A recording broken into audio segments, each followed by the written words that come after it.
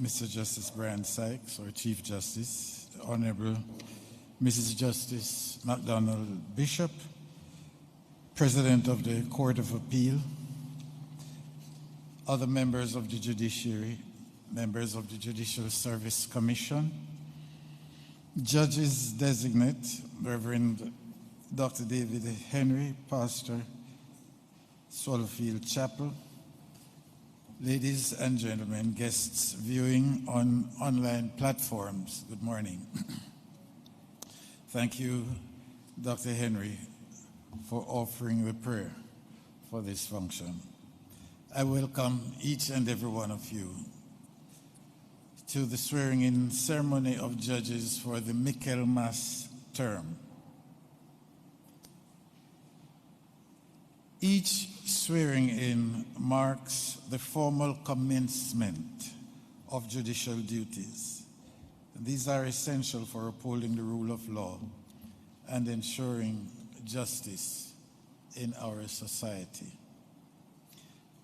Our judges, as you know, carry awesome responsibilities in this nation, interpreting the law fairly and impartially, which profoundly impacts lives and communities and contributing to the greater good of our nation. We salute you, judges, for your wisdom, your patience, and your steadfast commitment to justice. These are the core principles of your service to the nation, and it is essential in every case that comes before the court.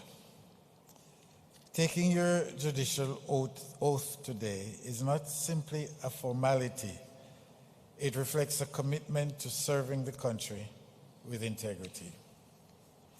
Judges are revered for upholding principles of independent judgment, resisting improper influences, while maintaining the highest ethical standards in all these matters. Our distinguished judiciary has long been a pillar of justice and fairness, and the nation looks to you to proudly maintain these high standards. I commend each one of you being sworn this morning for your service both to the Court of Appeal and the Supreme Court. And I invite you to kindly join me in acknowledging these judges. As mentioned, acting judges of appeal, the Honorable Mr. Kisok Leng and the Honorable Mrs. Justice Georgiana Fraser, the puny judge, Ms. Maxine Jackson, acting puny judges for this term, Her Honor, Ms. Opal Smith, Her Honor, Mrs. Tracy Ann Johnson, Mrs. Andrea Martin Swaby. Acting Master in Chambers, Her Honor, Ms. Christine McNeil. Congratulations and thank you for your service. Best wishes.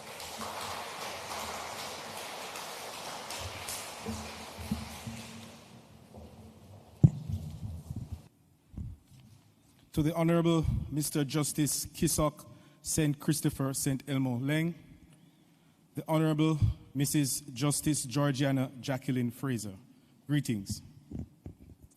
Whereas subsection 2 of section 105 of the Constitution of Jamaica provides that acting judges of the Court of Appeal shall be appointed by the Governor General by instrument under the broad seal on the advice of the Judicial Service Commission.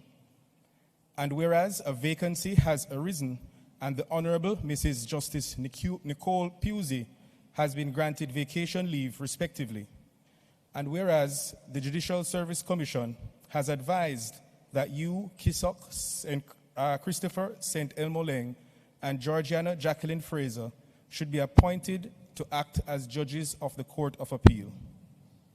Now, therefore, know ye that I, Patrick Linton Allen, Governor General of Jamaica, reposing full trust in your zeal, ability, and discretion, do hereby, in exercise of the power vested in me by the Constitution of Jamaica, appoint you, the said Kisok St. Christopher Elmo Leng and Georgiana Jacqueline Fraser, to act as judges of the Court of Appeal for the purposes of the Constitution of Jamaica during the period from the 23rd September 2024 and until further orders, and from the 23rd September 2024 to the 20th December 2024, respectively.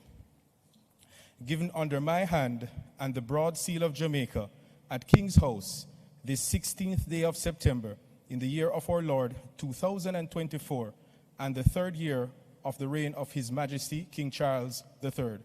God save the King.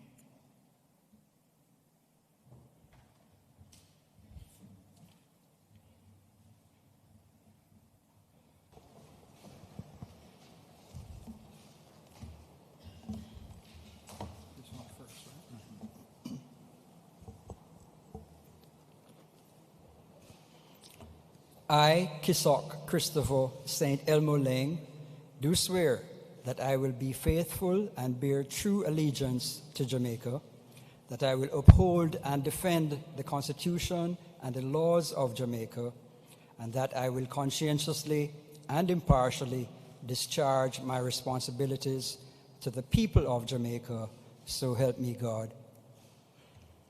I, Kisok Christopher St. Elmo Leng, do swear that I will be faithful and bear true allegiance to Jamaica, that I will uphold and defend the Constitution of Jamaica, and that while acting in the office of Judge of the Court of Appeal, I will administer justice to all persons alike in accordance with the laws and usages of Jamaica, without fear or favor, affection or ill will. So help me God.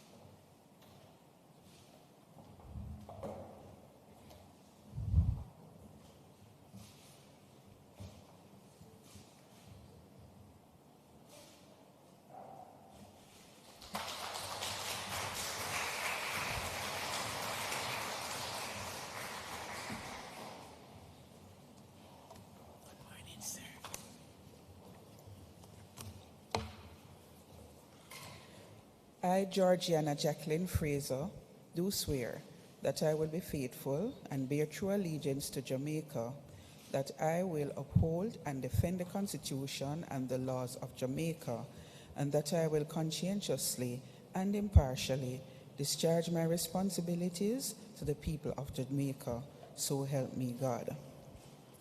I, Georgiana Jacqueline Fraser, do swear that I will be faithful and bear true allegiance to Jamaica, that I will uphold and defend the Constitution of Jamaica, and that while acting in the office of Judge of the Court of Appeal, I will administer justice to all persons alike, in accordance with the laws and usages of Jamaica, without fear or favor, affection or ill will.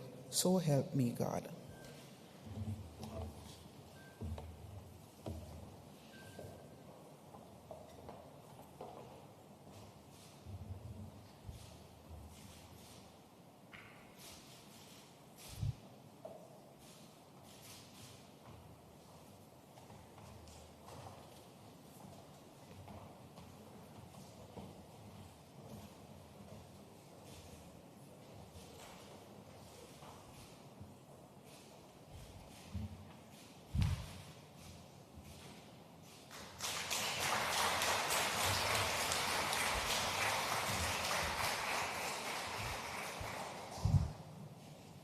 To Miss Maxine Charmaine Jackson. Greetings.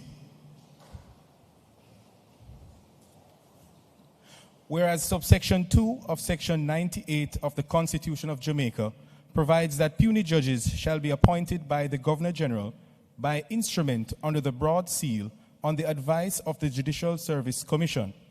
And whereas a vacancy has arisen, and whereas the Judicial Service Commission has advised that you, Maxine Charmaine Jackson, should be appointed as puny judge. Now therefore, know ye that I, Patrick Linton Allen, Governor General of Jamaica, reposing full trust in your zeal, ability, and discretion, do hereby, in exercise of the power vested in me by the Constitution of Jamaica, appoint you, the said Maxine Charmaine Jackson, as puny judge for the purposes of the Constitution of Jamaica, with effect from the 16th September 2024. Given under my hand and the broad seal of Jamaica at King's House, the 16th day of September, in the year of our Lord 2024, and the third year of the reign of His Majesty King Charles III. God save the King.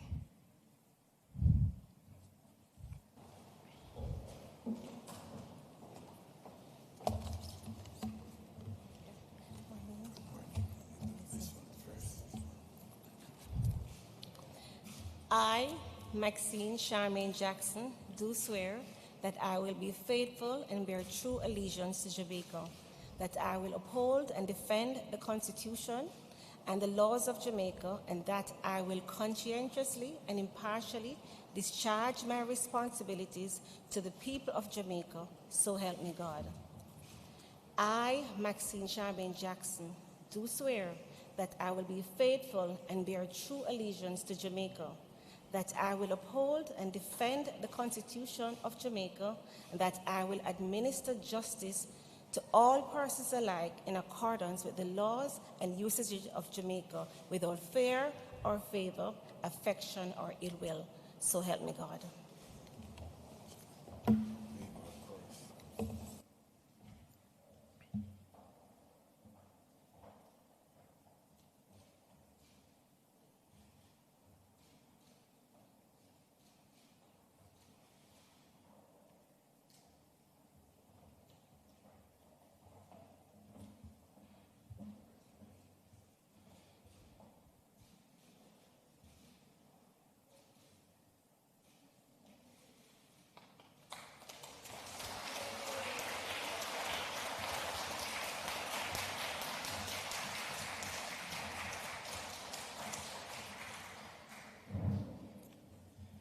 To Her Honor, Miss Opal Shauna Marie Smith, Her Honor, Mrs. Tracy Ann Latoya Johnson, Mrs. Andrea Natoya Eleanor Martin Swaby.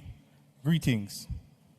Whereas subsection 2 of section 99 of the Constitution of Jamaica provides that acting puny judges shall be appointed by the Governor General by instrument under the broad seal on the advice of the Judicial Service Commission. And whereas the Honorable Mrs. Sandria Wong Small, the Honorable Mrs. Justice Tanya Mott Tolo Reed have been granted vacation leave, and the Honorable Mr. Justice Kisok Leng acting in a higher post, respectively. And whereas the Judicial Service Commission has advised that you, Opal Shauna Marie Smith, Tracy Ann Latoya Johnson, and Andrea Natoya Eleanor Martin Swaby should be appointed to act as puny judges. Now therefore, know ye that I, Patrick Linton Allen, Governor General of Jamaica, reposing full trust in your zeal, ability, and discretion, do hereby, in exercise of the power vested in me by the Constitution of Jamaica, appoint you, the said Opal Shauna Marie Smith, and Tracy Ann Latoya Johnson, to act as puny judges for the purposes of the Constitution during the period from the 16th September 2024 to the 20th December 2024, and the said Andrea Natoya Eleanor Martin Swaby to act as puny judge for the purposes of the Constitution of Jamaica, with effect from the 23rd September 2024 and until further orders. Given under my hand and the broad seal of Jamaica at King's House, this 16th day of September, in the year of our Lord 2024, and the third reign of His Majesty King Charles III. God save the King.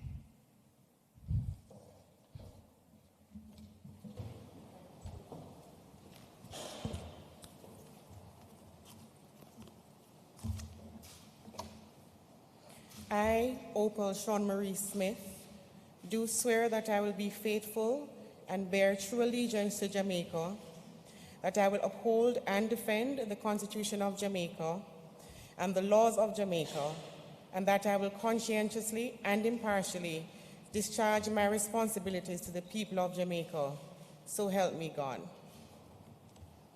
I, Opal Shauna Marie Smith, do swear that I will be faithful and bear true allegiance to Jamaica, that I will uphold and defend the Constitution of Jamaica, and that, while acting in the office of puny judge, I will administer justice to all persons alike in accordance with the laws and usages of Jamaica, without fear or favor, affection or ill will.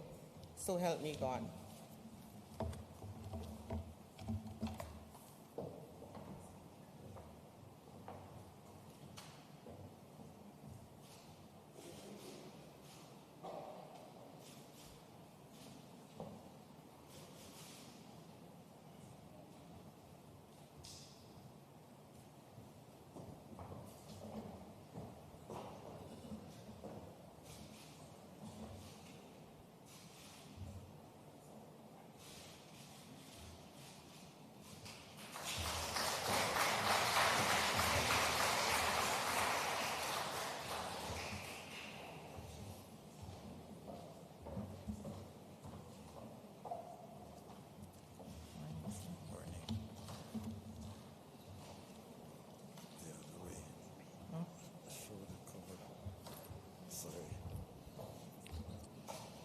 I, Tracy Ann Latoya Johnson, do swear that I will be faithful and bear true allegiance to Jamaica, that I will uphold and defend the Constitution and the laws of Jamaica, and that I will conscientiously and impartially discharge my responsibilities to the people of Jamaica, so help me God. I, Tracy Ann Latoya Johnson, do swear that I will be faithful and bear true allegiance to Jamaica, that I will uphold and defend the Constitution of Jamaica, and that while acting in the office of puny judge, I will administer justice to all persons alike in accordance with the laws and usages of Jamaica, without fear or favor, affection or ill will. So help me God.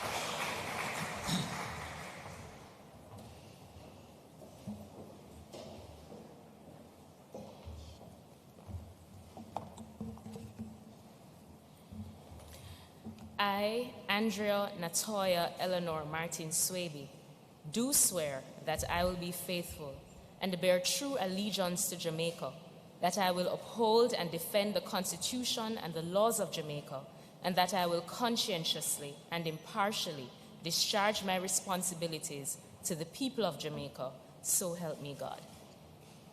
I, Andrea Natoya Eleanor Martin Swaby, do swear that I will be faithful and bear true allegiance to Jamaica, that I will uphold and defend the Constitution of Jamaica, and that while acting in the office of puny judge, I will administer justice to all persons alike in accordance with the laws and usages of Jamaica, without fear or favor, affection or ill will. So help me God.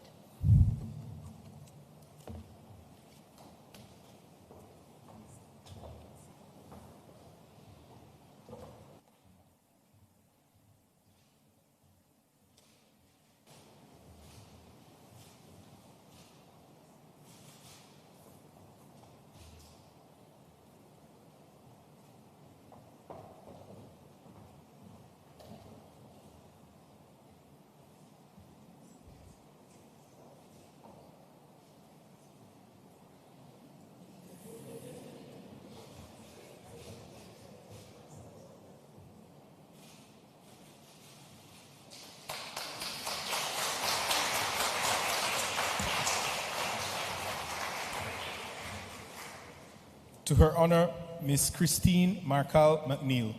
Greetings. Whereas pursuant to Section 112 of the Constitution of Jamaica, the Governor General may make appointments to certain offices connected with the courts of Jamaica as may be prescribed by Parliament.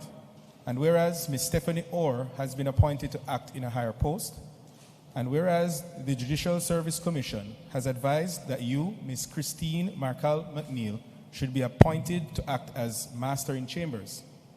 Now therefore, know ye that I, Patrick Linton Allen, Governor General of Jamaica, reposing full trust in your zeal, ability, and discretion, do hereby, in exercise of the power vested in me by the Constitution of Jamaica, appoint you, the said Christine Marcal McNeil, to act as Master in Chambers during the period from the 16th September 2024 to the 20th December 2024. Given under my hand at King's House this 16th day of September in the year of our Lord 2024 and the third year of the reign of His Majesty King Charles III. God save the King.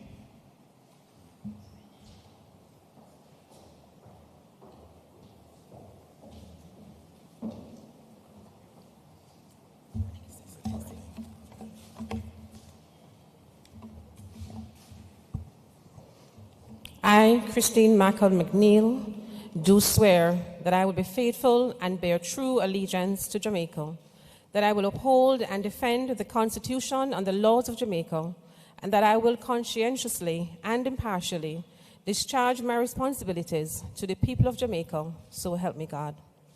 I, Christine Marcal McNeil, do swear that I will be faithful and bear true allegiance to Jamaica, that I will uphold and defend the Constitution of Jamaica, and that while acting in the office of Master in Chambers, I will administer justice to all persons alike in accordance with the laws and usages of Jamaica, without fear or favor, affection or ill will, so help me God.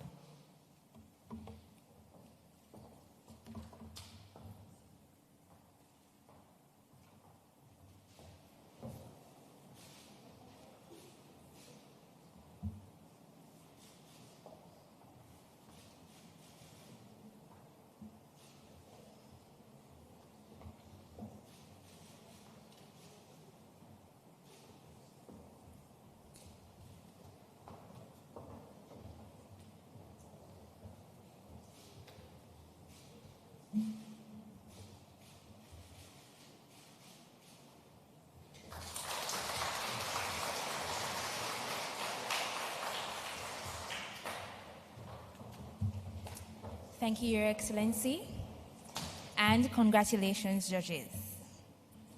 I now invite the President of the Court of Appeal, the Honorable Mrs. Justice Marva McDonald Bishop, to give her remarks.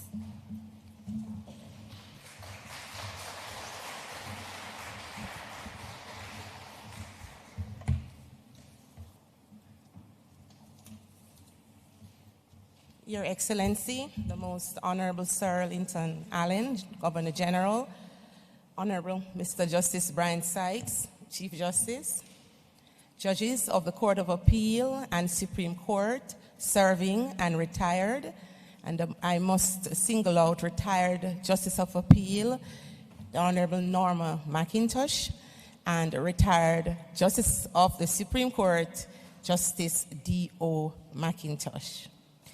Members of the Judicial Service Commission, senior judges and judges of the parish courts, and I'll single out senior parish court judge, Her Honor Miss Alicia McIntosh, the McIntosh family, and the judges of the parish courts, Director of Public Prosecutions on leave, Miss Paula Llewellyn, retired Director of Public Prosecution, Mr. Kent Pantry, Reverend Dr. David Henry, the newly sworn-in judicial officers, family and friends of the newly sworn-in judicial officers, the staff of King's House, personnel of the Court Administration Division of the Supreme Court, members of the media, members of the private and public bar, distinguished ladies and gentlemen.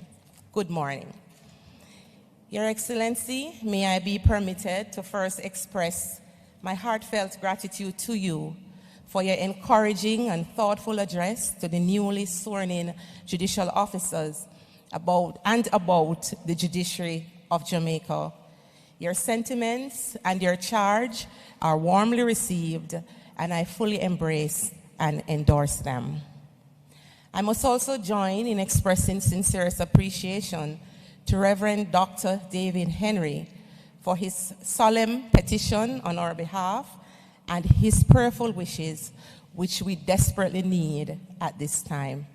May God continue to use you purposefully in his vineyard.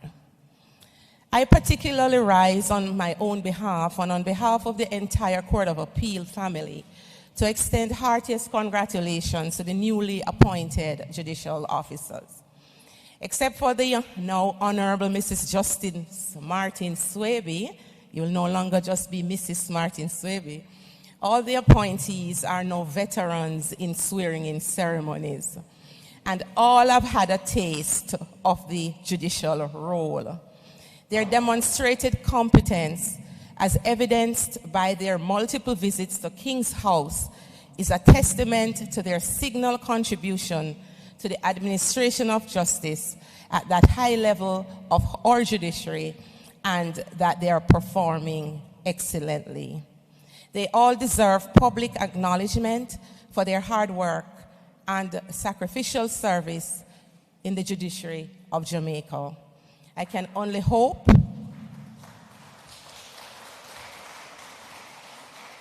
that in time you will stop being actors and become permanent fixtures on the judicial stage.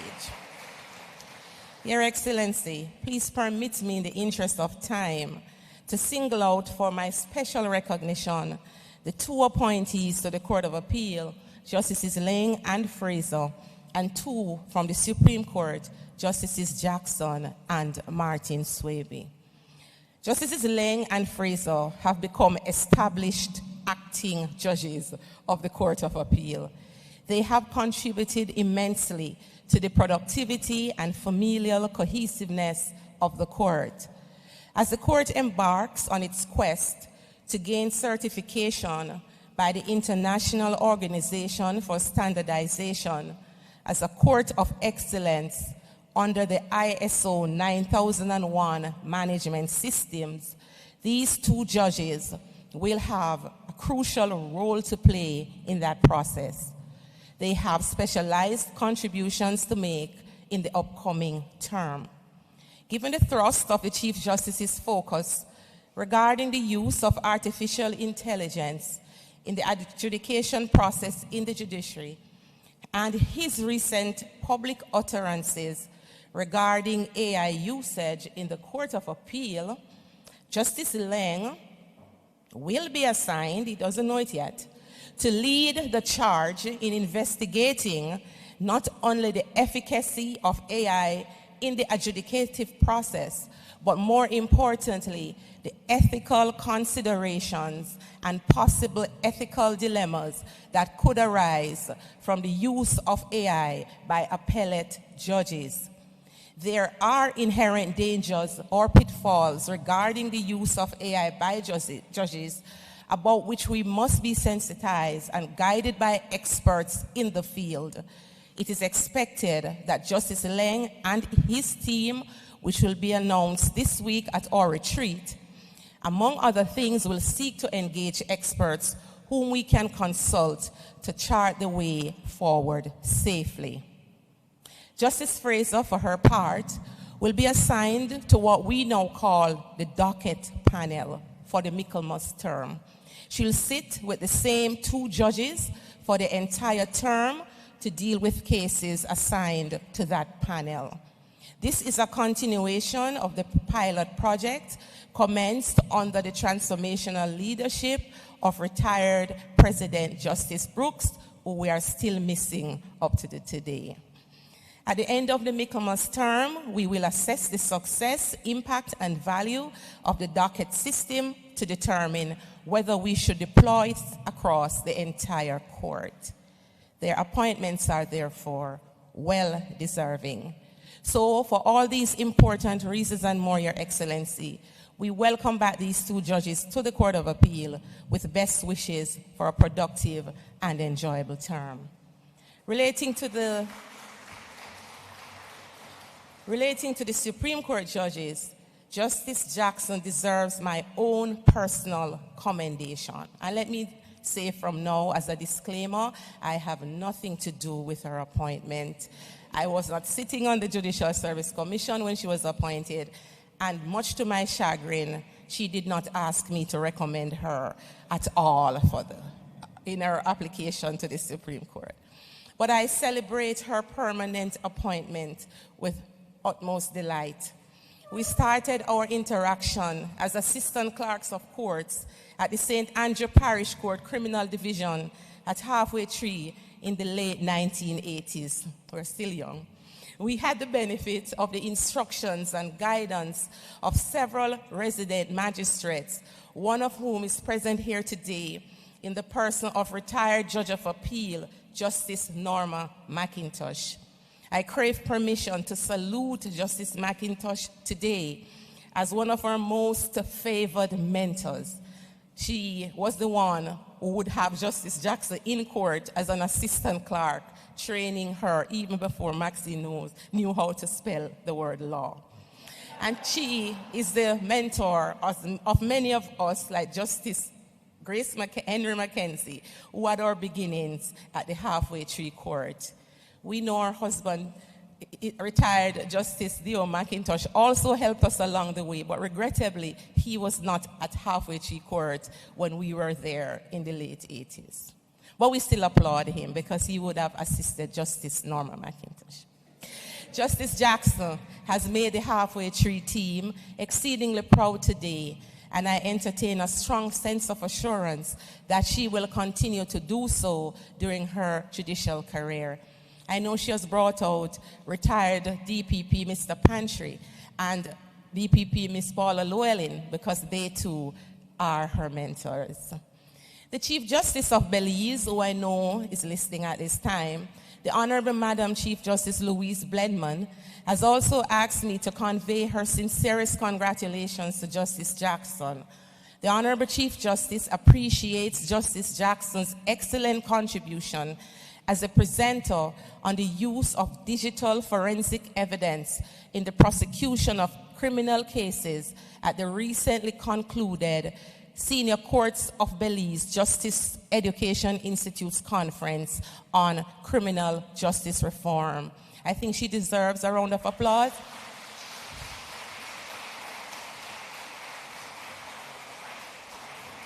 Madam Justice Jackson, your appointment is truly well deserved.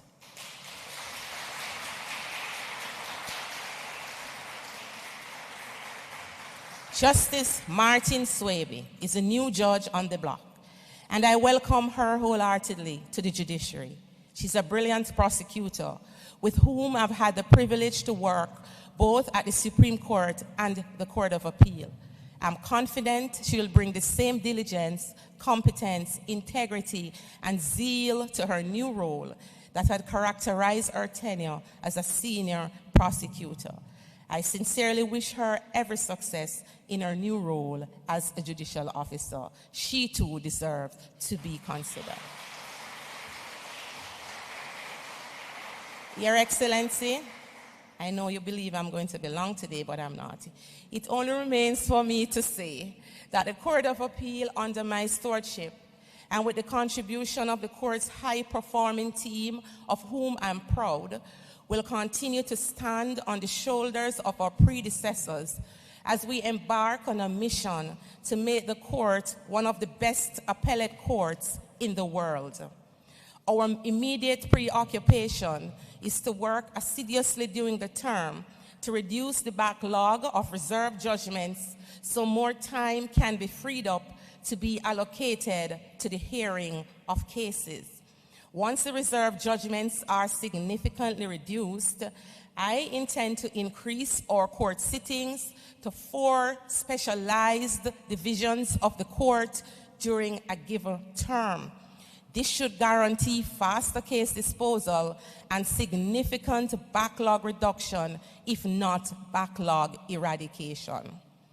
For this reason, I eagerly await the availability of the courtrooms that are now temporarily occupied by the Court Administration Division. We eagerly await the availability of those courtrooms. I hope to expand the court's sittings to those courtrooms by the Hillary term.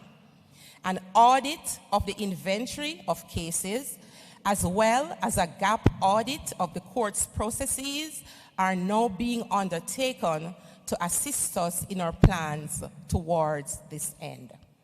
In this way, and by these means, the Court of Appeal should well be on its way in short order to achieving service excellence, to which the Chief Justice and wider judiciary are deeply committed. Your Excellency, I thank you and your dedicated staff for your usual warm and kind hospitality. Without your accommodation and input, this morning's event would not have been the same. We appreciate it.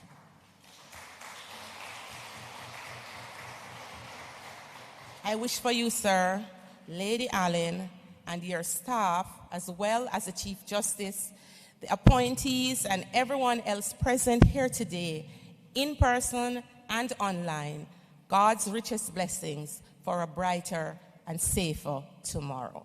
Thank you all.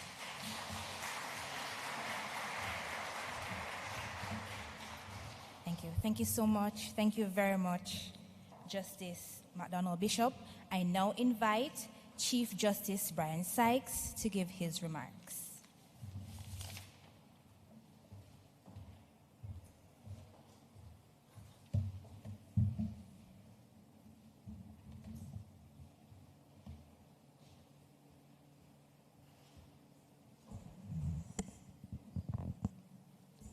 Your Excellency, Sir Patrick Allen, let me adopt the order of precedence established by yourself and the President of the Court of Appeal, and I need not repeat it. Let me welcome all of you here, friends, family, well-wishers to the swearing-in this morning. And we have heard of the contribution of Justice Naoma McIntosh. I had the pleasure of appearing before her husband early in my career, and one of the things I learned from him was being punctual. You know, he had a clock in his chambers that would go off at 10 to 10 and 10 to 2. And he was never late and never absent for the entire time that I knew him as a judge. And importantly, he hardly ended a term with outstanding reserved judgments. Always delivered his judgments. So thank you, sir, for your service and for your contribution. Now, this morning's ceremony is important for a number of reasons. It is always an opportunity for us to reflect on the contribution of the judiciary to the business of governance, because we are involved in the business of governance. And we have heard the commitment of the President of the Court of Appeal to the continued path of excellence upon which the Court of Appeal has embarked. Certainly beginning with Justice Dennis Morrison, the late Justice Dennis Morrison, continuing under the recently retired Justice Patrick Brooks. And it is reflected in the data in that the clearance rate of the court is at 117%, which really means that the Court of Appeal President's wish of eliminating and reducing the backlog is actually underway and will be met in a few short years. I would say no longer than the next 3 years or so. And so the things that she has outlined regarding how the court intends to organize itself will go a far way in achieving those objectives. She has already spoken about the 2 judges of the Court of Appeal who will be there, and Mrs. Martin Swaby. Your Excellency, the Judicial Services Commission has set itself the task of reviewing the method of selection and appointment of judges at all levels of the judiciary. This began with a report by the chair of a committee chaired by Justice Hilary Phillips, retired Judge of Appeal, and that we have sought to give effect to that over time. And out of that paper and reflecting on it and doing some other work, the expression performance qualified has emerged. And so what the Judicial Services Commission, what the members are looking for, are not just judges who satisfy the bare legal requirements to be appointed as a judge. You have to bring other things to the position as well, add value to the court to which you're appointed. And so the work and worth of Justice Lang, Justice Georgiana Fraser in the Court of Appeal for the time that they have been there have been well documented and acknowledged, not just in the quality of the judgments that they have produced, but also in the contribution that they make to the running of the court and the various committees established in that court to contribute to its efficiency and service delivery. As far as the Supreme Court is concerned, the judges who are working there, that is the two judges who were sworn in this morning, who have been sworn in before, they have been very instrumental in reducing the backlog in the court, particularly on the civil side of the court. And what we have endeavored to do is to rearrange the workings of the court so that there's a concentration of judges on that aspect of the court's operations, because that is where there has been significant delays, where cases are filed that it is taking 5 to 7 years for cases to come to trial, and they have contributed significantly in that regard. And so they are back at the Supreme Court because their value is great and their contribution has been effective, and it is also being increasingly examined in terms of their appeals going over to the Court of Appeal and being reviewed. Now, Justice Jackson is now appointed, in addition to what was said about her by the President of the Court of Appeal. There's an important aspect of her work that I think deserves recognition. You will recall that in 2020, Jamaica was placed on the grey list of the Financial Action Task Force. And one of the consequences of that, well, it manifested itself in practical ways. So for those of you who had dual currency cards or foreign exchange cards and you were attempting to utilize them overseas, and the transactions were declined, even though there was no outstanding balance on your card, being placed on the grey list is one of the consequences of that countries were reluctant to accept credit cards and do businesses with countries, with Jamaica. And so, commencing in 2020 right through to 2023, Justice Jackson worked assiduously with the other agencies of government to enable Jamaica to be removed from the grey list in 2024.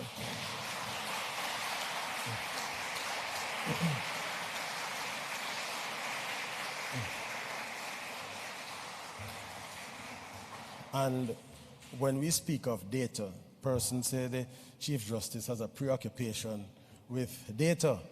And I won't say that they are wrong, but what I will say is that there's a reason behind it.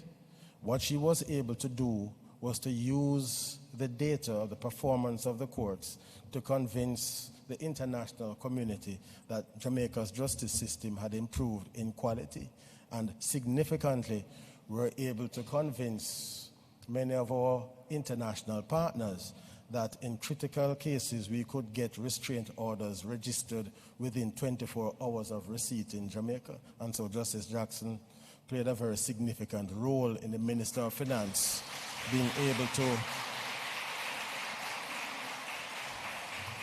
announce She also was the head of the Mutual Legal Assistance and Money Laundering Unit within the Office of the Director of Public Prosecutions. And that unit has been rated consistently as being one of the best, if not the best, within the Central American and Caribbean region for many years.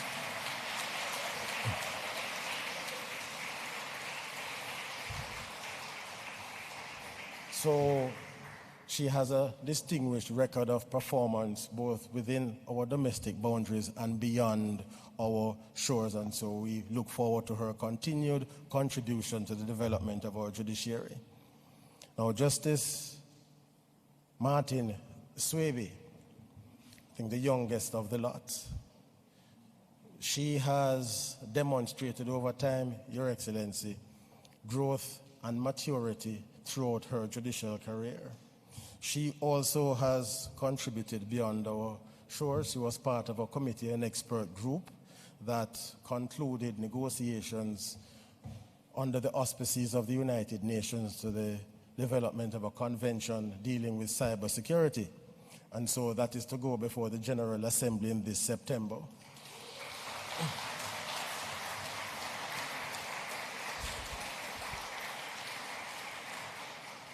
And her name may be familiar to some through her numerous articles in the press dealing with cyber crimes and cybersecurity. And so just to say to her and to all the other judges who are here this morning, and some say I'm not to say these things, but I will say it nonetheless, that you are here on merit and not as a consequence of a long service award.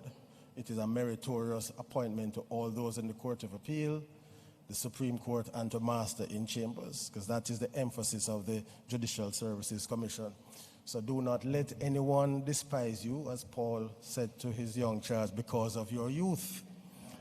You are here on your own merit, and your work over time has shown that you are all equally worthy of being here. So congratulations to you all.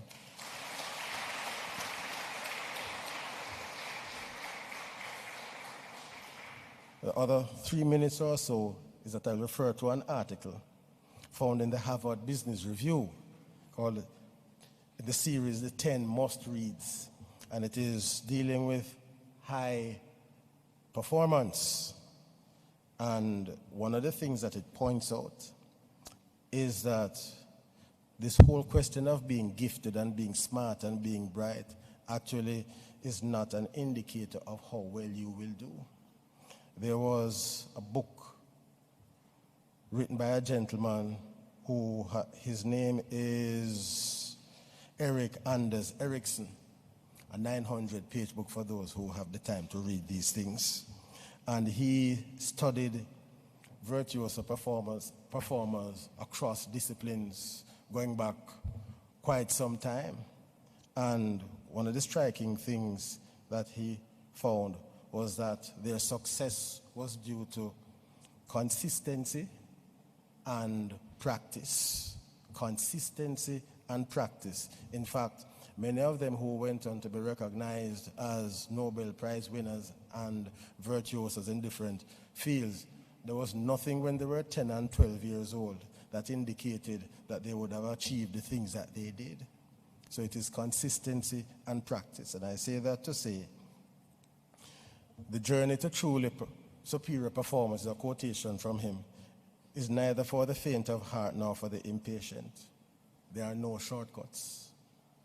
Practice that focuses on tasks beyond your current level of performance and comfort to stretch you and to develop you. Those are the things that are critical.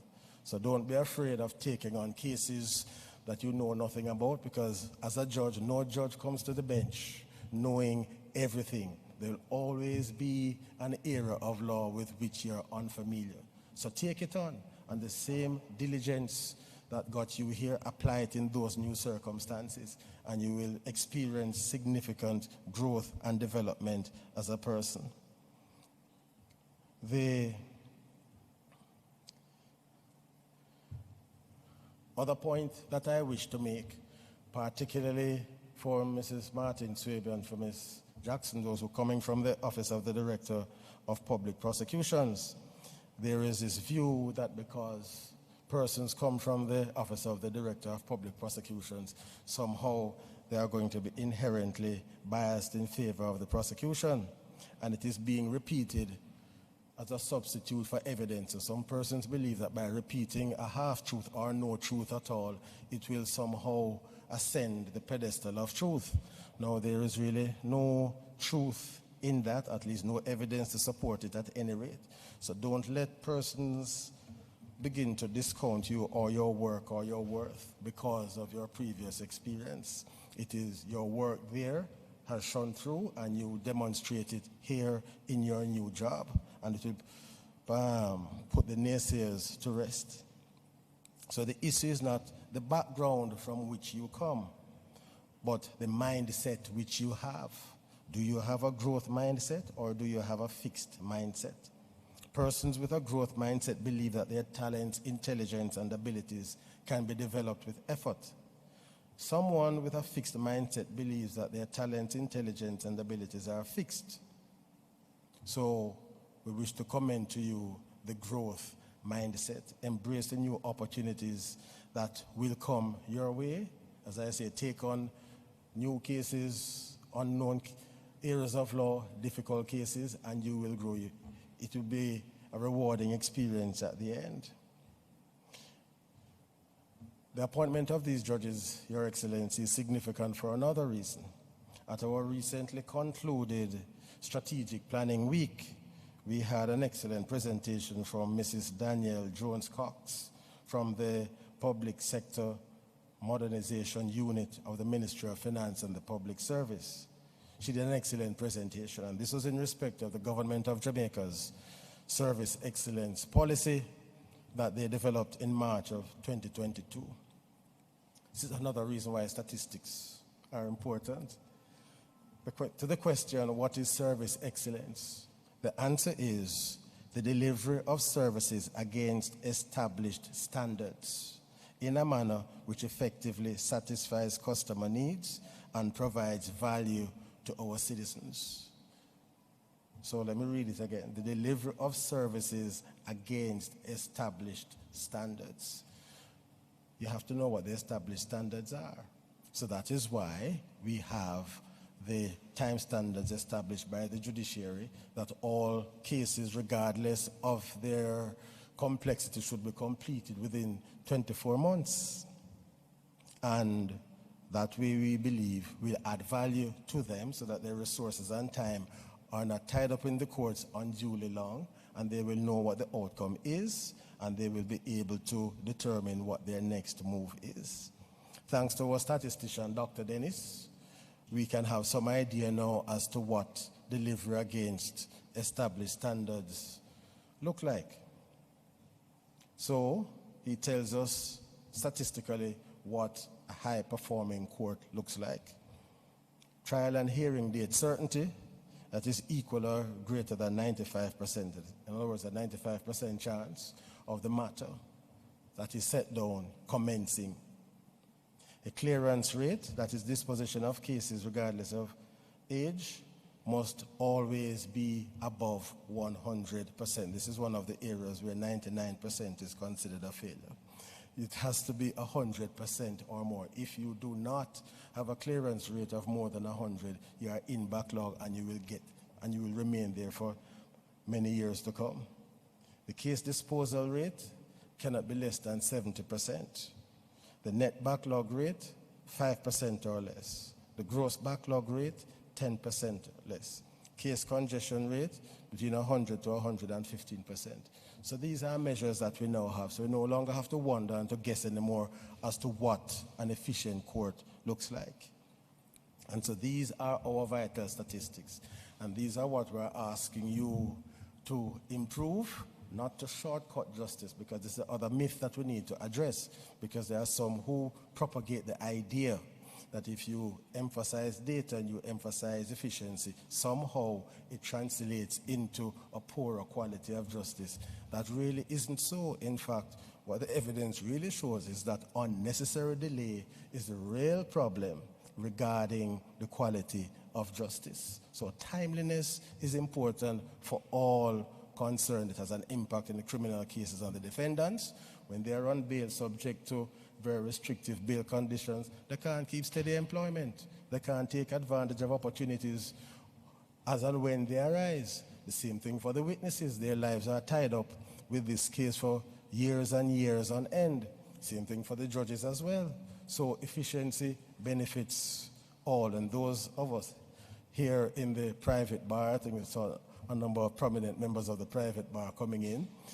An efficient course helps you to increase your revenue and hopefully your profits if you keep your costs under control. But certainly you'll be able to get rid of old clients and get newer ones. So efficiency helps you as well. So, Your Excellency, let me close by thanking you for hosting us this morning and the staff of King's House. And let me thank all of you, the family members, the friends who are all here. Without your support over the years, none of the judicial officers this morning could be where they are. So I wish to express my gratitude to you that over the years you have loved them, you have appreciated them, you have nurtured them so that they have gotten to this point where they are able to make contribution at this higher level, and you all deserve a round of applause for yourselves.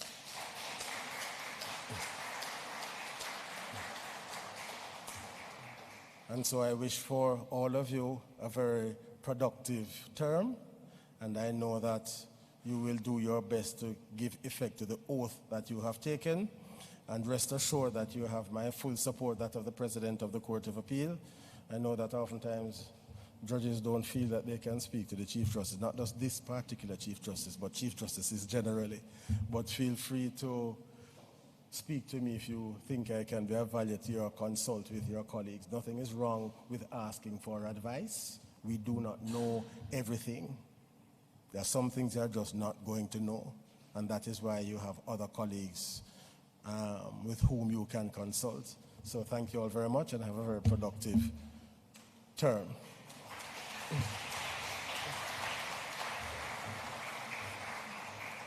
Thank you very much, Chief Justice. Ladies and gentlemen, I now invite the Honorable Mr. Justice Kisok Leng, who will give the remarks on behalf of the judges sworn in.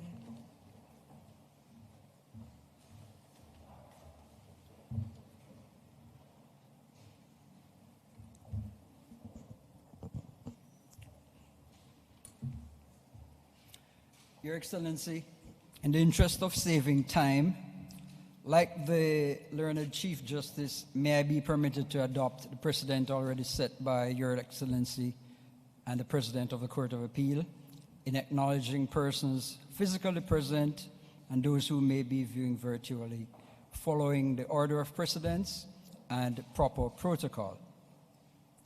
Ladies and gentlemen, good morning. On behalf of my fellow appointees and on my own behalf, I wish to thank Your Excellency, the Honorable Chief Justice, and the Honorable President of the Court of Appeal for your kind words of encouragement. Thanks also to Reverend Dr. David Henry for your uplifting and inspiring prayer. Your Excellency, ladies and gentlemen, I have the honor of responding on behalf of the appointees only by reason of my seniority, and I hope it does not appear that I am abusing my position, but I crave their indulgence to express a few personal sentiments. Firstly, to the Honorable Mr. Justice Patrick Brooks, President of the Court of Appeal, retired. I do not intend to rehash much of what has already been said about former President Brooks at multiple functions since his retirement, but I am impelled to say a few words. I had the privilege of sitting on many panels with former President Brooks. I assumed that this was not coincidental, but by design, because he wanted to observe firsthand how I adapted to the environment of the Court of Appeal. He probably didn't realize it, that while he was observing me, I was observing him even more keenly, to learn the finer points of being an appellate judge. I would like to thank him for his encouragement and guidance, for which I am eternally grateful.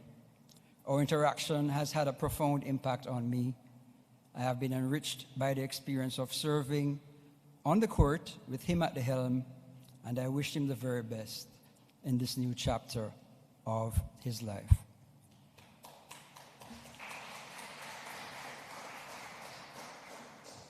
To the Honorable Mrs. Justice MacDonald Bishop, President of the Court of Appeal. Your Excellency, I was first appointed to act as a Judge of Appeal in January 2022. President Brooks was then on vacation for that term, and Justice of Appeal MacDonald Bishop, as she then was appointed to act as President of the Court of Appeal. I sat on several panels with President MacDonald Bishop, and we had the usual discussions as part of the deliberation process. President MacDonald Bishop would also visit the chamber where I was occupying to discuss random topics and inquire into how I was fitting in the new environment. But even after President Brooks returned and her very successful acting stint ended, she continued to check on me ever so often to find out how I was doing and to encourage me. Now, initially, I thought she was doing so just because of my charm, charisma, and magnetic personality. But then I remembered that these are not really qualities for which I am known. And I noticed that she still visited all the judges, the Judicial Council, and the support staff. I was then forced to accept that her visits and pep talks were just a product of her charm and concern for the people around her, and that I was not special. Madam Justice Georgiana Fraser received the very same treatment. I realized that in addition to her undisputed legal acumen, President MacDonald Bishop also has a commensurate level of emotional intelligence. I did not get the opportunity to speak at her swearing-in, but I take the opportunity now to congratulate her on her well-deserved appointment. I am supremely confident that her tenure will be successful.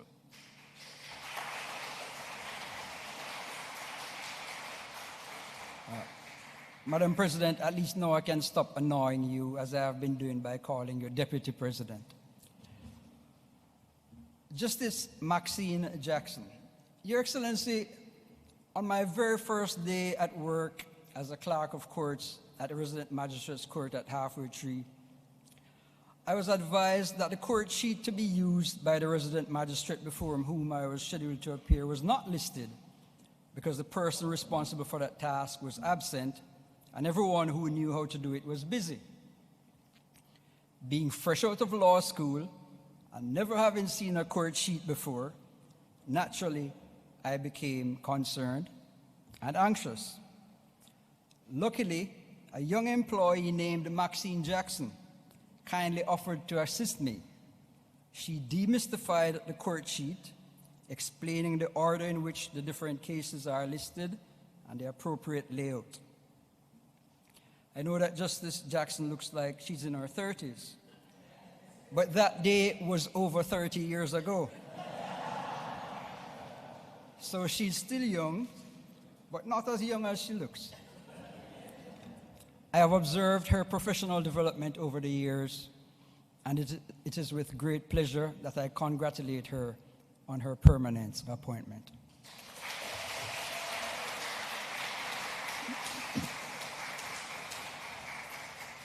Now, because Justice Jackson was so nice to me, and with the leave of our fellow appointees, I will be her conduit and say a few words on her behalf, since she will not have the benefit of a swearing-in ceremony in which she's the most senior appointee and can respond at length.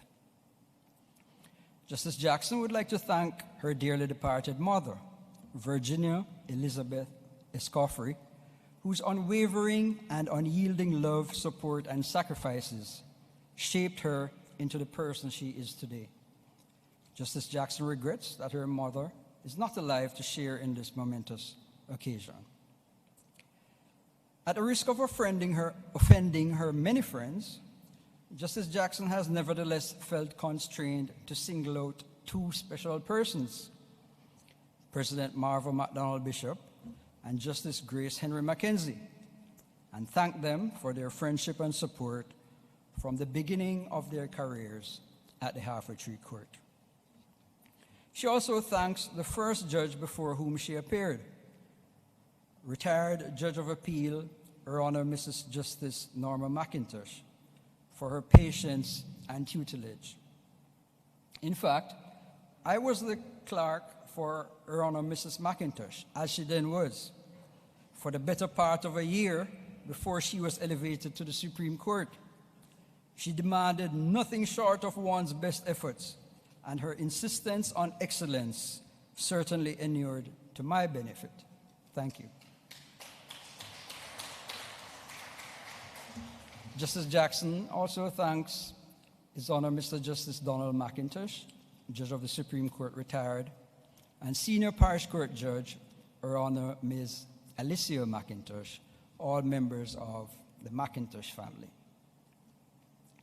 Justice Jackson spent a considerable portion of her professional life at the Office of the Director of the Public Prosecutions and expresses her gratitude to her former bosses, Mr. Kent Pantry, King's Counsel, and Ms. Paula Llewellyn, King's Counsel, as well as the entire team at the Office of the DPP, many of whom are no longer there, for their guidance, which has enabled her to be elevated to this position today. Of course, Justice Jackson also wishes to thank me publicly, but I will not bore you with that very long, glowing tribute. Your Excellency, we have lost one of our actors, but we have gained one in the person of Justice Martin Swaybe, who has been appointed to act as a puny judge for the first time. I wish to congratulate you, Justice Martin Swaybe, and I hope you will enjoy being on the bench. Your Excellency, we individually and collectively acknowledge the contribution of all our family members, friends, and professional colleagues who have supported us and whose support will be invaluable as we go forward, especially our spouses. And I will take the liberty of saying a special thanks to my wife, Nadine. Your Excellency, I've taken a somewhat circuitous route, but I will now address what I consider to be the core component of this response, which is to assure the Judicial Service Commission and the people of Jamaica that my fellow appointees and I are cognizant of the weight of expectation that has been placed on our shoulders by our appointments in our respective roles. However, we are up to the challenge, and we embrace it. We are honored to be allowed to serve our country in a different capacity and to play our part in nation building by, among other things, striving to improve the justice system.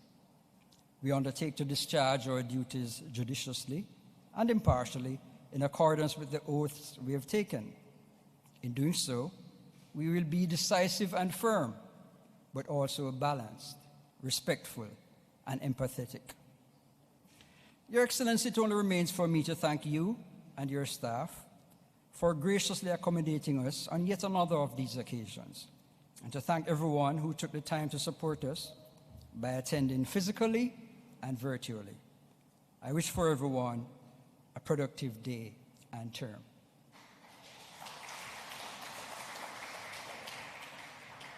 Our thoughts and prayers go to the students of the many schools that were impacted by Hurricane Beryl, including those students of my alma mater, Monroe College. We encourage you all to hang in there and tough it out. Things will soon improve. The work of the country awaits. Good morning, and thank you.